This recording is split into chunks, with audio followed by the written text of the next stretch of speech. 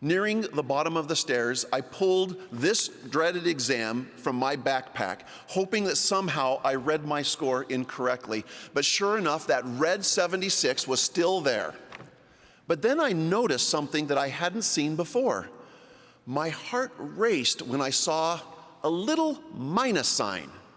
You see, I didn't get a 76 on this exam. I missed 76. Yeah. And sure enough, right here in the corner is the number 24. Surely this is the lowest score in BYU history given to someone who actually tried really hard to do well.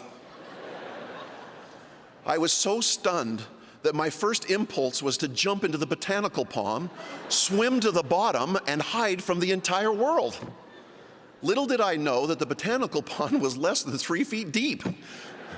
So that plan would have also received a score of 24, as it too would have been doomed to failure.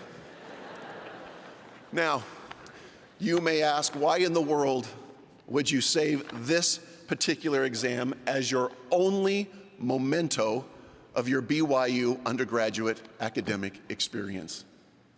It's because this experience impacted and shaped me in significant ways that I hope to never forget. Now, I am not proud of failing or failing with such certainty. But what happened next, however, is something that I hope I will always remember.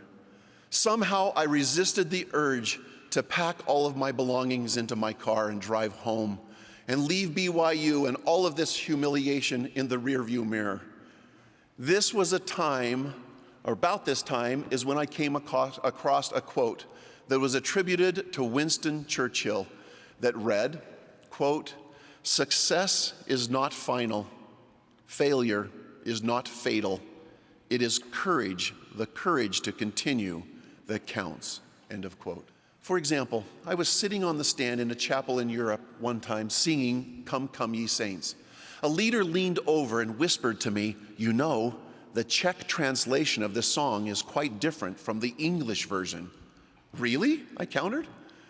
He said, "It doesn't really read 'all is well, all is well.'" I looked at him somewhat surprised. "The real translation," he said, is "not so bad, not so bad." I couldn't help but quietly chuckle on the stand. And then I thought of all the pioneers that might not have always described their own circumstances as being all is well. But I could see how with their expanded vision and tremendous dedication that they could say, "This is not so bad, not so bad." And then, with a deep breath, they took yet another step and continued to forge on.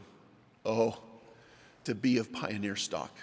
Now, regardless of your heritage, we can all be pioneers, as I learned from one of my favorite primary songs. You don't have to push a handcart, leave your family dear, or walk 1,000 miles or more to be a pioneer. You do have to have great courage, faith to conquer fear, and work with might for a cause that's right to be a pioneer. Oh, not so bad, not so bad. With all of this in mind, I feel that BYU aptly fits a descriptor that Hiram Smith once used to describe his own family's household. In the fall of 1829, Solomon Chamberlain visited the Smith family farm in Palmyra, New York, to inquire about a gold Bible and heavenly visitors. Upon entering the Smith's house, Solomon Chamberlain asked, "Is there anyone here that believes in visions or revelations?" Hiram Smith was the first to respond, and he said, "Yes, we are a visionary house." I've always imagined that Hiram was standing up straight and smiling when he said that. But consider Hiram's words carefully. Note that he did not say, "This is a visionary house," but he specifically said, "We are a visionary house." The emphasis here is not on the house, as important as that may be. Hiram underscored that the occupants created a visionary house. With this in mind, consider Alfred Kelly's vision once again. More than just buildings on a campus, he saw future BYU students.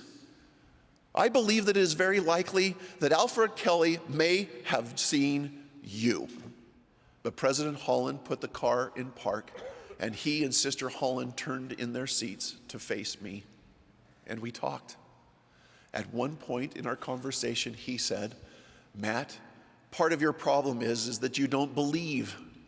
I admit I felt a little badly, as if my testimony was considered to be subpar. "Oh," he said, "I'm not talking about your testimony. You just believe that God will work his mighty miracles for everyone but you." And his assessment was actually right. And then he said, with his typical fervor, "You gotta believe, Matt. You gotta believe." He then offered some more sound counsel, heaps of encouragement, and I got out of the car. I stood and waved until they were out of sight. Upon entering our apartment, I shared this experience with my wife, and we wept together. And we wrote the experience down so we would always remember. This BYU devotional address with Matthew Richardson was given on October 25th, 2016.